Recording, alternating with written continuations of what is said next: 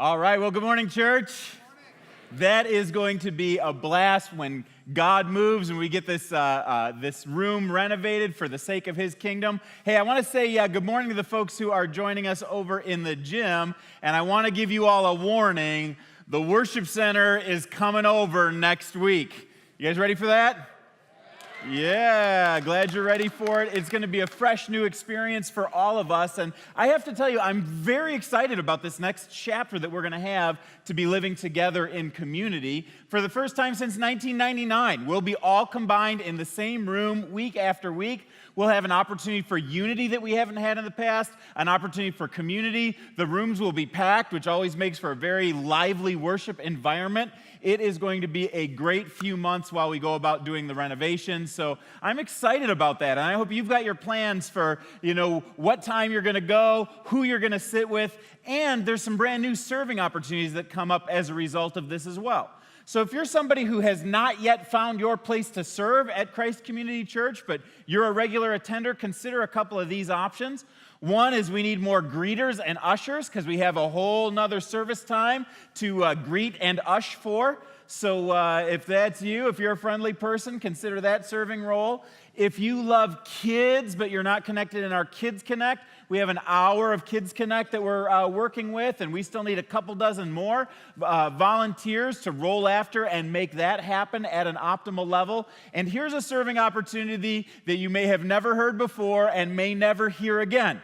It's the pew removal crew. Doesn't that sound like fun? It feels like there's a little destructive element in that.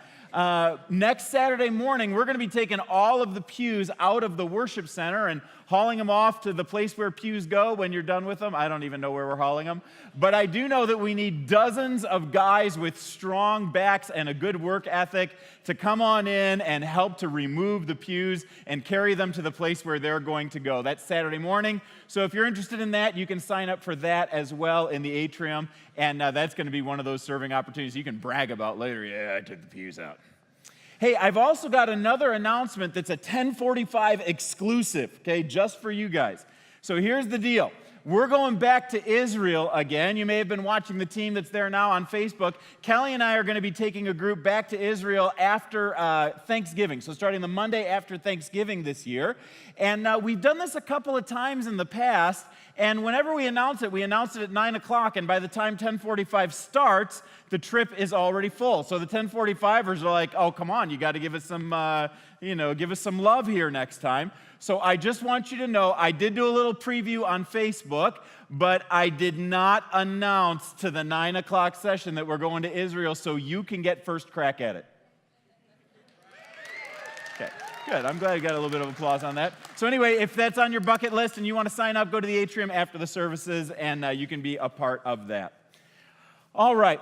Well, I want to start our service this morning with a startling claim. A startling claim. Now, I'll give you a little context for the claim. We're in the middle of a discipleship series. It's a series called Follow Me, and it's all about how to follow Jesus. We're convinced as a church that God is inviting us not just to live an ordinary life or a mediocre life, but a life that's beyond belief. And if we're going to live that kind of lifestyle, there are certain things that Jesus says, if you want to be my disciple, if you want to know the abundant life, then these things need to be characteristic of you. And each of the next 7 weeks, we'll be taking a look at a statement that Jesus made that said, this is what it looks to be my disciple. Or here's how you know you're a disciple. Or here's how other people will know that you are a disciple. It's the key characteristics of disciples in the Gospels. And each of these points towards the central idea, and that is real life is found in following Jesus. So here's my startling claim. My starting claim is this: you cannot be a disciple apart from community. You cannot be a disciple apart from community. There's no such thing as a Lone Ranger disciple. God didn't design us to be able to go this alone. You can't experience life in all of its fullness if you go it alone. And I say this because there are so many people who are trying to actually do that very thing. In this era that we live in, people go, you know what? I can have access via this little device to the best preachers in the world. Why would I show up and listen to Mark live? You got one of these devices, you go, some of the best worship bands in the world have put their music on here. I can just listen to the worship and sing alone in my car. What do I need a community for? There's some people who will come particularly to a large church like Christ Community Church, and some of you are probably in this boat. You're sitting in the last row, and you came here because you said, you know what? I want to go to church, but avoid community. So I'll go to the big church where you can walk in and walk out and people might not notice me in that location. I know that there's some people who are avoiding community right now because you've been through a painful episode with community in the past. And maybe you've been wounded along the way, maybe even in a Christian community, and you're saying, you know what, it's just easier for me to keep my distance. But for all of those groups, I want to tell you, you can't be a disciple of Jesus without being connected in community. In fact, this is the statement that Jesus made about this. He said, "They will know you're my disciples by your love for one another." So let's read that all together. You ready? They will know you are my disciples by your love for one another. Loving each other, that is, people inside the family of God, is one of those unalterable characteristics of what it means to be a disciple. This statement is simple, yet it's huge. And during this message, I'm going to give you 4 reasons why it's impossible to be a disciple in a beyond belief lifestyle without community. Here's reason number 1. Life in community is just way better. It's just way better. Jesus doesn't put us in community because he wants to make us miserable. Jesus puts us in community because he wants us to have great joy. Last Friday night, I had 2 couples from my Journey group who invited Kelly and I to go out for dinner in order to celebrate my 50th birthday. So, yeah, thanks for cheering. It's still 10 days away, so I'm still in my 40s. Just wanted you guys to know that. But it's coming up, and they said, hey, let's go out to dinner. And so at 6:15, we met for dinner, and at about 10:15, we checked our watches. 4 hours had gone by, and we were like, wow, that was an awesome night together. As we laughed together and shared ideas and thoughts and hung out with people that we really, really liked. And I just want to give you a few snippets of some of the conversation that came up during the time, just a few phrases. It, of course, always starts out easy, like, so how was work this week? How are your kids doing? And then it moves into, oh, I have got a book that you totally have to read. I've been learning a lot from this one. Or, I've got an app that you need to use. Or, here's a movie that is just the best. And we'll talk about our lives, and someone will say, yes, that is something to celebrate. And another point in the conversation will be, dude, you keep that up, and it will wreck your life. At one point, one person said, okay, so I'm kind of ashamed to admit this, but do you want to hear something stupid that I did last week? Yeah, that was me. I was the one who said that in the group. Another time, dude, you want to know what the Bible has to say about that? Or, let's pray. All of these phrases happened during that 4-hour period of time. And I got to the end of that and I started reflecting and I thought, we are living out what it says the church should be like in Acts 2:42. If you don't know Acts 2:42, it's one of the best definitions in all of the Bible of what church life should look like. And it's a description of the first century communities after Jesus rose from the dead that says this: they devoted themselves to the apostles' teaching, to fellowship, to the breaking of bread, and to prayer. 4 key ideas. This is what the disciples did. The fellowship, so they hung out together. To the apostles' teaching, that would be the Bible. We're taking a look at the Bible. To the breaking of bread, they ate together. And to prayer, they prayed together.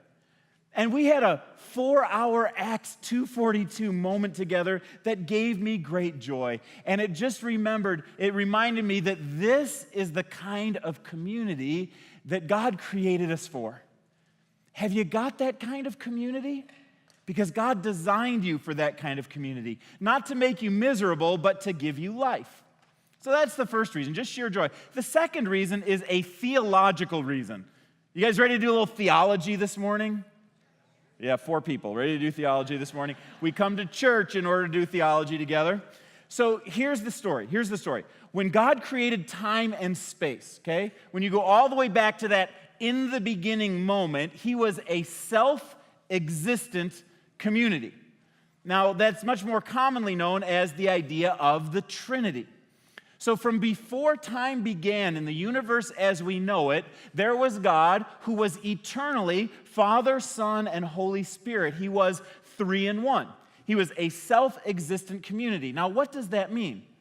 That means before anything was created, God had the capacity for a relationship. And not only that, but we know that the defining characteristic of God, say, what's the number one characteristic we know about God? Well, his number one characteristic is the characteristic of love. God is love. And love is only possible if you've got somebody who is a lover and somebody who is to be loved. And in the Trinity, you have all of that fit together, okay? So that's what the Trinity is all about. Now take one step forward. When God created you and me, he created us in his image. What does that mean? It means he gave us the capacity and characteristics to be like him in many ways. And one of those capacities that he gave human beings is the capacity for loving community. In fact, we were designed for loving community, and it is bad if we don't have community. You know how I know that? If you read through the book of Genesis, when everything was created, there's this refrain that comes over and over again in the book of Genesis. And God finishes a day, and he talks a little bit about his day, and you'll find this refrain comes up and says, and God saw that it, help me fill in the blank here, and God saw that it was good. Yeah, next day, and God saw that it was good. And then there comes this day, day 6, that God creates the man, and he saw that the man was alone and without companionship, and God looked at it, he saw it, and he said, that is not good. For the first time, God says something is not good. What's not good? What's not good is a person who's alone, a person without community, a person in isolation. God marched all the animals by Adam, and the animals didn't even do it for him. He needed a human being to be able to have community with. Why? Because when God created Adam, he designed him for community, and then he gave him Eve, and the community of humanity began from that moment forward. Now, the greatest need that we have as human beings, and the greatest expression of our connection with God, is the need and the expression of love. We're designed to love. We're designed to be loved. And that's the ball game, friends. When you don't have that, you are unable to live the beyond belief life. And can I just pause for a moment and say how amazing it is that God, who is forever relationship and forever love, would invite us into that. The mystery of a God of the universe who would say, I'm not only going to invite you into my life, the life of the Father, Son, and Holy Spirit, in a mysterious union with Christ that was bought by his death on the cross, but he also says, I'm going to give you other people to experience that same kind of community that Father, Son, and Holy Spirit all have together. It's a profound mystery that God is inviting us into. Well, the third reason why we've got to have community is simply that Jesus modeled that with the 12 disciples. Jesus started off his community with these 12 dudes we know as the disciples, and one of the things we know about them is that they had intensive community together. Day and night for 3 years, they would go from city to city. Sometimes I think we read over what are some of the coolest community moments in the Bible, like, and the disciples walked from Galilee to Jerusalem, right? Well, what that means is you've got 12 teenage boys on the road for 3 days together, sleeping out in the fields, having a good time. And you just imagine, like, what do 12 teens, they like jump on each other, they climb, they joke around together, they have discussions about deeper things of life. They experience community together in those moments. And you might think, wouldn't it be cool to be a part of a community like that, like an all-star journey group like the 12 disciples had? Because you know, when Jesus was picking, he was picking world changers. I mean, wouldn't you like to be one of them, the cool people, the in crowd, the best and the brightest, and you together in a group? Well, here's the truth, is that the disciples were a hodgepodge of rural dull spots.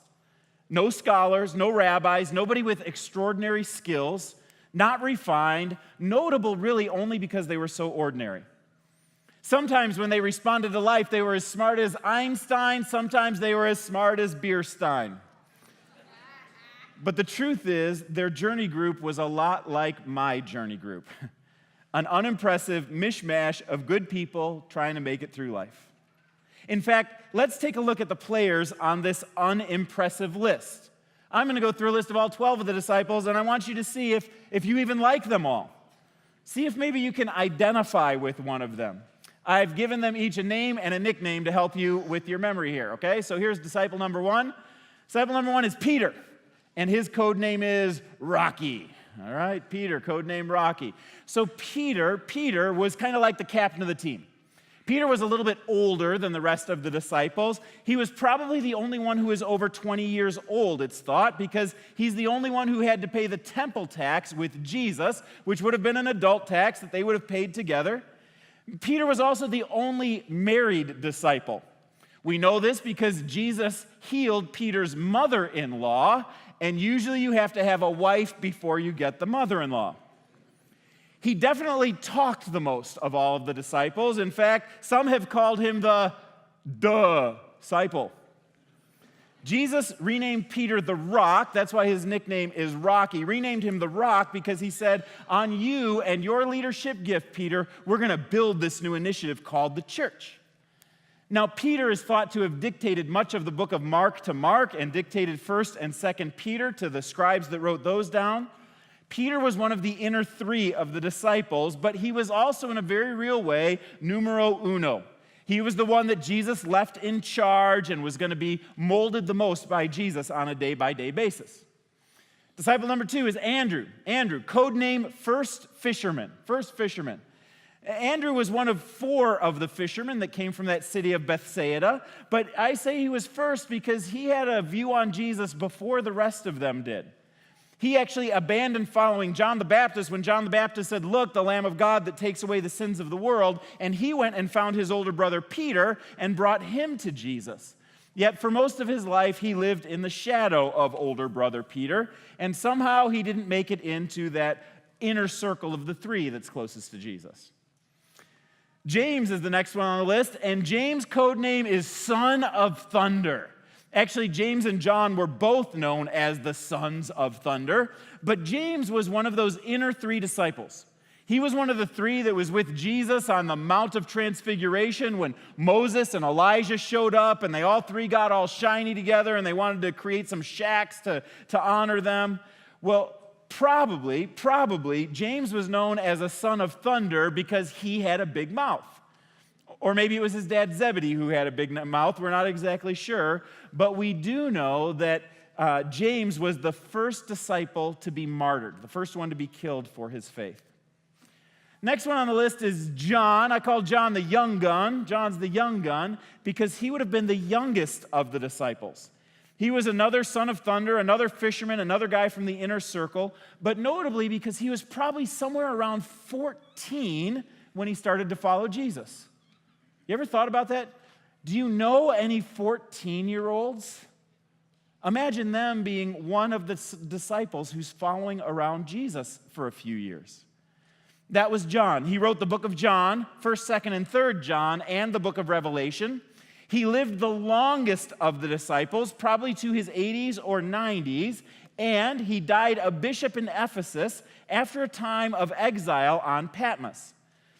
John, we find out, John on Resurrection Sunday outran Peter, the oldest disciple. The youngest disciple outran the oldest disciple when they were in a foot race to get to the empty tomb of Jesus. And even when John was 80 years old writing the Gospel of John, he was still bragging about how he outran Peter. John was also one of the best theologians. He saw symbol and theology. Where the other 3 Gospels describe a lot of practical events and teaching, John describes a lot of symbol and theology behind those events. All right, Philip. So Philip's code name is the Inviter. He was one of the first followers from Bethsaida, one of the 5 people from that city.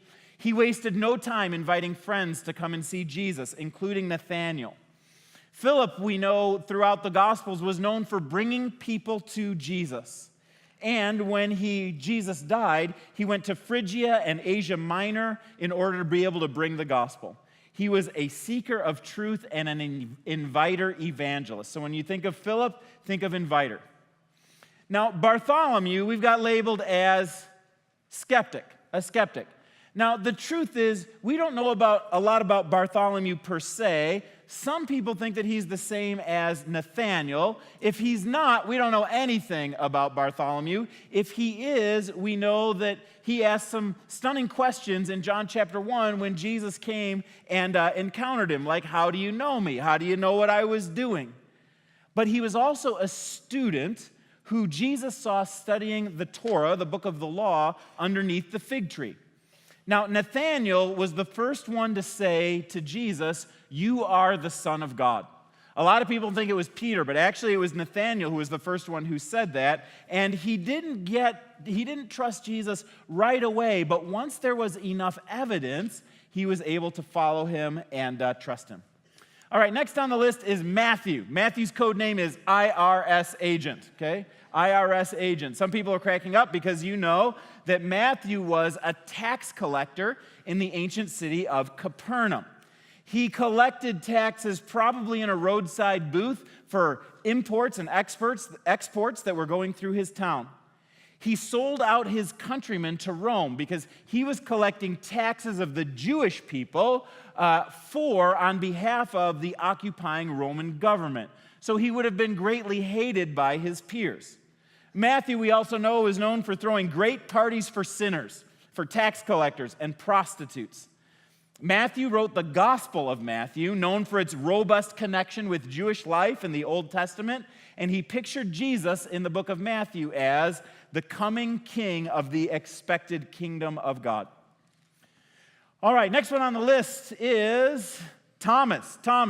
And Thomas's code name is Pragmatist. I see Thomas as the common sense disciple who oftentimes asked the obvious questions. He was also the one who, upon Jesus' resurrection from the dead, missed the first party where Jesus showed up. And when the disciples said Jesus has risen from the dead, he was the one who said, "Hey, unless I can put my fingers into his palms and my hands into his side, I am not going to believe in him." But when he did see Jesus live and face to face, he did put his faith in him. This is why Thomas's nickname throughout the years has been Doubting Thomas. Now, after Jesus' death, Thomas went to southwest India. He traveled the furthest of all of the disciples in order to reach India and the continent of Asia with the good news of Jesus. In fact, today, in that southwest corner of India, is still a thriving denomination, Christian denomination called Mar Thoma, which is of Thomas, the people of Thomas, and they trace their roots back to him. If you asked me, which of the disciples do I most identify with? I would say I most identify with Thomas, kind of very practical, very evidence-based kind of a guy. All right, next on the list is James the Lesser. James the Lesser. Now, the Lesser is something that church history people, the early church fathers, added in later to describe him. It's not that he was shorter than the rest or less important than the rest, but there's another James who catches all the headlines, and this James we know almost nothing about except that his father's name was Alphaeus. So that's why he gets the code name, who? Okay, so James, and everyone says, who? Now, James, I like James because he's evidence that while he was quiet in nature, he was very obscure, he was no less a disciple of Jesus than the other disciples. Jesus chooses disciples who are loud, and he chooses disciples who are quiet, and all of them have equal importance in his eyes. All right. The next one we're going to highlight is Simon the Zealot. Simon the Zealot, code name Militant. Code name Militant. Now, Simon the Zealot is not Simon Peter. A zealot was a person who was trying to overthrow the Roman government in subversive ways. They were passionate about liberty, and sometimes some of them used terrorist tactics to frustrate Rome and work to agitate the Jewish people against the Romans. Now, imagine Jesus choosing Matthew, a tax collector who worked for the Romans, and Simon the Zealot, who wants to kill the Romans. It's a formula for disaster. It's like choosing Mitch McConnell and Nancy Pelosi to be on the same leadership team together. It is just not going to go well. But that's what Jesus decided when he put together his team. Next one you've got is Judas Thaddeus. Judas Thaddeus, and his secret name or his code name is Secret Agent. He's another one of these guys who we know almost nothing about. Some people think that he wrote the book of Jude, but he was another example of quiet obscurity. Now, after Jesus died, church tradition places him in Judea, Samaria, Syria, and Libya after Jesus' death. Again, he is proof that introverts can be very compelling and impactful disciples of Jesus. All right, next on the list, last on the list, I would say last but not least, but I think he's kind of last and least, is Judas Iscariot, code name the Betrayer. He's the one who is most famous for betraying Jesus. He was also the treasurer of the group, but we don't hate treasurers as a result of that. Judas Iscariot was famous for betraying Jesus with a kiss. Many would say that this one act of treachery was the greatest sin in history. Judas took a payoff of 30 pieces of silver and later threw it back at the leaders who paid him off because he was so torn up by the regret that he had over betraying Jesus. Judas is alternatively seen because of this as either a scoundrel or, to some people, a victim of spiritual warfare and biblical prophecy, or someone who is in personal conflict over his loyalty to Jesus and his loyalty to the religious establishment. But one of the things that is noteworthy and even encouraging about Judas himself is the idea that even Jesus had one who betrayed him and left him. So for those of us who are disciple makers, and sometimes people who you invest in as disciples wind up walking away, well, we can take heart because it even happened to Jesus as well. So here you have it. This is the club, the in-group, the Dirty Dozen. You got a betrayer, an IRS agent, a terrorist, and a kid. Nobody would be fighting to be on this team, and yet there has been no more influential team in the history of the world. And now we know who Jesus is talking to. Let's go back to our original passage in John chapter 13. Jesus is sitting around the table with these 12 guys, and he says to them, "A new command I give you. Love one another." Yes, these rabble-rousers. Yes, these guys around the table. I want you to be loving these guys right here. And then he amps it up a little bit. "As I have loved you, so you must love one another." And Jesus knew that the next day, his act of love that would be so big would be that he would die for them. And he's saying, guys, I want you to love one another just like that. And then he says, "By this, everyone will know that you are my disciples if you love one another." So it's not just about for your own benefit, it's for the benefit of the entire world, because people will know you're my disciples if you love one another. Now, this idea of loving people is not a new command, but Jesus says, "A new command I give to you." Why does he say that? Because all the way back in Deuteronomy, there was a command 1,400 years before that said one of the key things you have to do is to love people. And even Jesus said earlier in his ministry, love God and love people are the two most important commands. So what's new about this one? Well, some people think that what's new is this idea of loving one another. That Jesus is beginning this incredible institution that would later be known as the church, and it's going to be critical that the people inside of that group are loving each other. So he asks them to be rock solid and devoted to one another, not just loving people in general, but loving one another. I want to let you know that if you're interested a little bit more about biblical references related to the disciples, who's who and what's what, kind of the way I taught it here, there's a handout on your way out, and you can go and read all the biblical references for the stuff that I talked about in the last few minutes. That's just there for your personal study as you go home.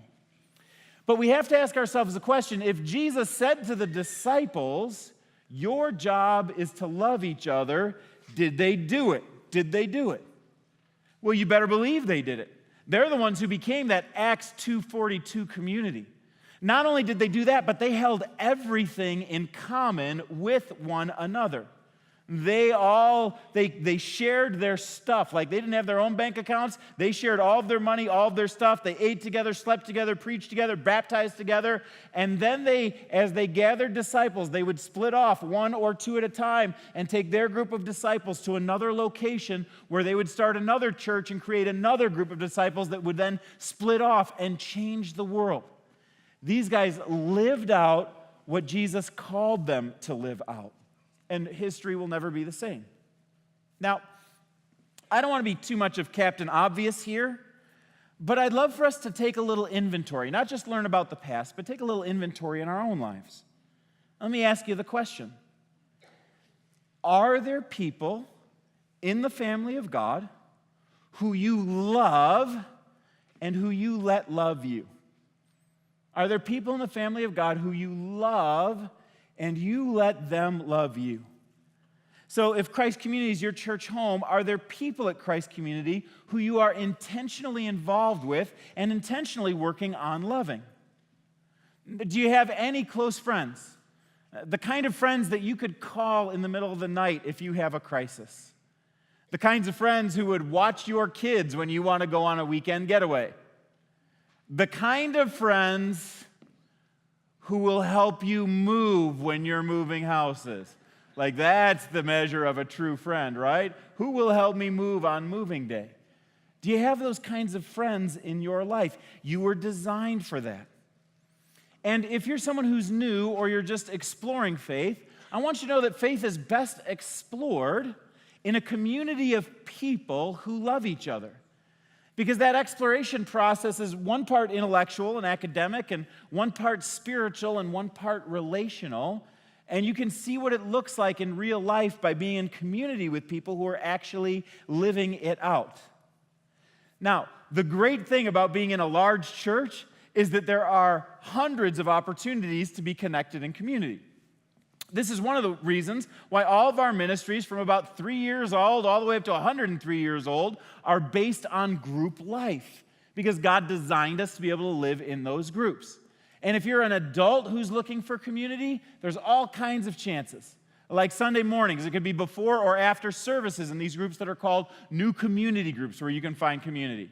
If you're a woman, there's groups that meet on Tuesday mornings, women's groups for Tuesday morning, and women's groups on Tuesday evenings as well, where women get together. There's mothers of preschoolers that meets on Friday mornings here at the church. There's the Thrive Conference that's happening, and if you're looking to get connected in community, one of the best ways just to meet great women is to go to that Thrive Conference and be involved in a weekend conference with them.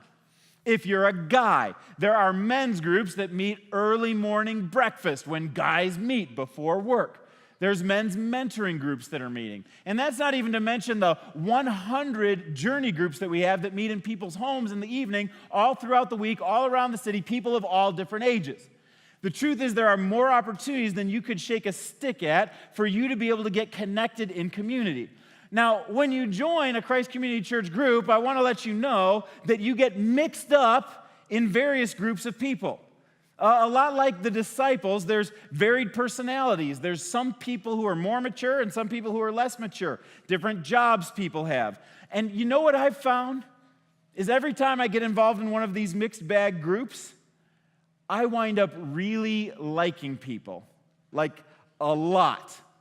They become my friends, not because we're all the same, but because of our relational proximity and a commitment to love each other. And I find that these are the next generation of people who are changing the world. But I want to go back to one more reason why you just can't be a disciple unless you're connected in community. So far we've got, it's just more fun that way. It theologically connects you to the way God designed you. It's the way Jesus did it. But the fourth reason is we all grow best in community. God didn't design you to be a lone ranger, because stuff happens in community that never happens to an individual. Community is sometimes awesome and sometimes bumpy. It's in community that oftentimes you are inspired, that you catch a passion about God from somebody else's devotion or their study. You're inspired by their boldness in witness or inspired by their love for all people. It's in community that ideas are exchanged and advice is given for challenging times in life from wise people who have their minds wrapped around the things of God. It's in community that loneliness is broken. It's in community that speed bumps happen, sins are committed, people offend one another, hard conversations take place, and forgiveness is extended that bonds relationships at even a deeper level than before the sins were committed. You just don't get that kind of formation alone. And part of God's reason for putting us in community is that it is bumpy and it exposes our weaknesses so that God, the master sculptor, can chip off the broken places and make us into something more and more beautiful. It's in community that we cry together when one person is hurting. Last month, when Kelly's dad died, some of our dearest Christ community friends actually drove to Illinois to be with us during those services, just to be able to cry with us and hold our hands and eat fried chicken when it was over. Others sent flowers to us to let us know they were thinking of us. Some sent us cards to encourage us. Some cooked us meals because they knew we were over the edge and they wanted to show us love in a practical way, and they didn't want us to be eating Chipotle every night. Man, when we needed friends, they were there for us. And you may think that you don't need friends now. And the truth of the matter is, you may not need friends now. But the best time to build into friendships is when you don't need them. That way, when you need them, they're already your friends. See, Jesus knew that the disciples were going to need each other. The next day was about to be the darkest day of their lives when they watched him get crucified, when they watched him get killed, when they thought maybe this movement is dead, maybe we wasted our time. And Jesus knew that they would need each other, so he turned to them and he said this to them, guys, a new command I give to you. Love one another as I have loved you, so you must love one another. Can you feel the emotion of this moment? I mean, that was the same night that Jesus introduced to them communion. It's the same night that Jesus took the towel off and he washed the disciples' feet. It's the night before he's going to be betrayed, be in the Garden of Gethsemane, be crucified. And he says, guys, as I've loved you, you love one another. And by this, everyone will know that you're my disciples if you love one another. So think about this last statement, because that takes it into a whole new stratosphere. It's not just for you that you love each other. It's so that the entire world will know who you are. Now, let me ask you this. If the rest of our culture was to look at Christians in our culture, would they say, I can always identify a Christian because they're the ones who love each other so much?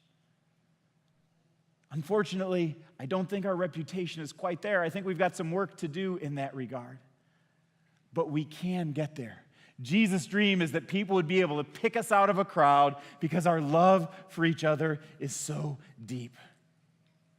So I want to give you two practical suggestions today. Maybe your next step is just to get into a group, to move from rows, they meet in rows on Sunday morning, to moving to circles where we are in groups. Maybe today is the day that you go to that Connect booth and you get connected into a journey group. I had them staff it extra heavy today because I'm expecting there's a lot of people who are saying for 2018, one of the changes I want to make is I want to get connected into community. And they'll match you up with just the right group. Or maybe you're in a journey group and you realize that you're just attending, or maybe just attending some of the time, but you're not really loving people. I want to challenge you to take a next step towards loving the people that God has put in your path. Take care of a need, write a note, send a text, bring a meal, share the load, listen, have a cup of coffee with somebody. Take the spiral inward to a deeper relationship of love. Now, next week is our opportunity, our second opportunity. So one is join a group. The second one happens next week. It's one of our very best opportunities as we all go together in the gym to experience and extend community to one another.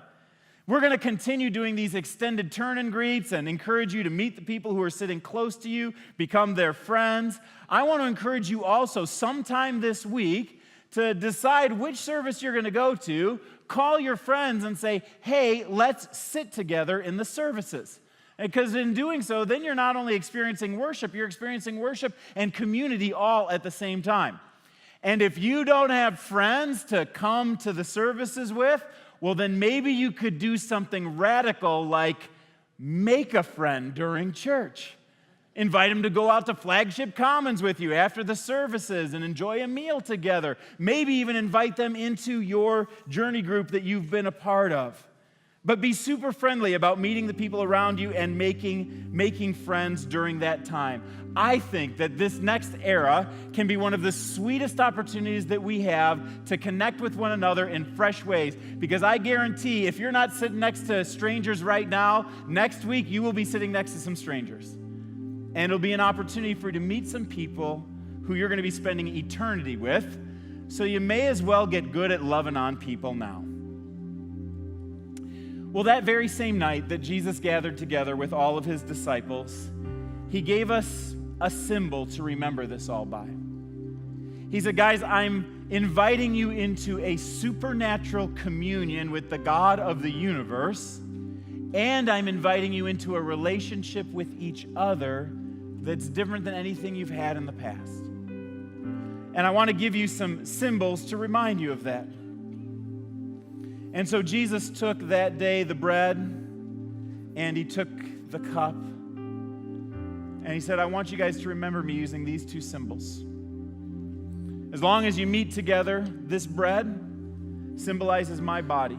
And tomorrow my body's going to be ripped apart, just like I'm ripping this bread apart right now. And every time you eat it, I want you to remember that that's me. And he said, tomorrow, my blood is going to be poured out, the blood of a new covenant. And every time you drink this together, I want you to remember me. I want you to remember what it cost to bring you into community with God. I want you to remember what it cost to be in community with one another. Remember me. Week after week, whenever you meet together, remember me.